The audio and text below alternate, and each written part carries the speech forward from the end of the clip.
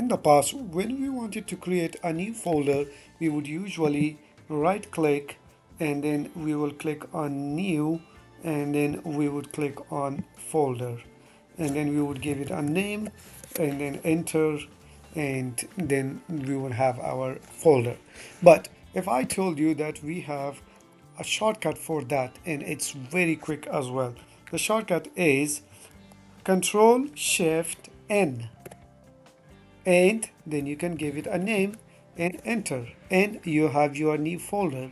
You can also create this new folder by using the shortcut on your desktop as well. So I'm on my desktop, I'm holding Control Shift and I press N and you can see the new folder is in here. Like and follow for more.